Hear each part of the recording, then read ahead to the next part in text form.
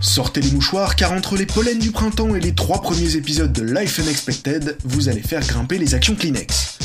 Après avoir passé toute sa vie dans des familles d'accueil et des pensionnats, la petite Lux part à la recherche de ses parents biologiques afin de se faire émanciper et pouvoir ainsi habiter avec sa meilleure amie et son amoureux. Enfin son mec. Ou son Mac. Enfin le type avec un blouson en cuir et un tatouage d'araignée dans le cou qui partage sa vie. Son père, Baze, est un loser.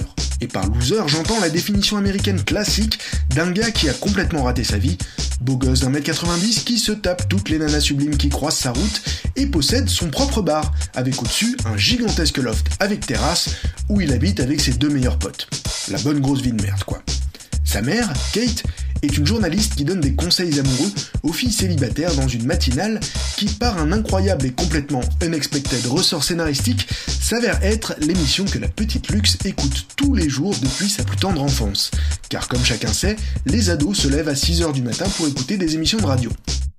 L'une croyant que sa fille avait été adoptée par une gentille famille aimante avec maison en banlieue et labrador, et l'autre que la mère avait avorté, les 2 parents se sentent terriblement coupables face à la situation de leur progéniture et décident donc d'adopter leur propre fille. Vous l'avez compris, la qualité première de Life Unexpected n'est pas le réalisme scénaristique. Mais cela importe peu car les premiers épisodes sont un condensé de scènes à la charge émotionnelle équivalente à la mort de Mufasa dans Le Roi Lion. Si vous les regardez à plusieurs, vous passerez votre temps à faire semblant de bâiller pour justifier vos yeux humides.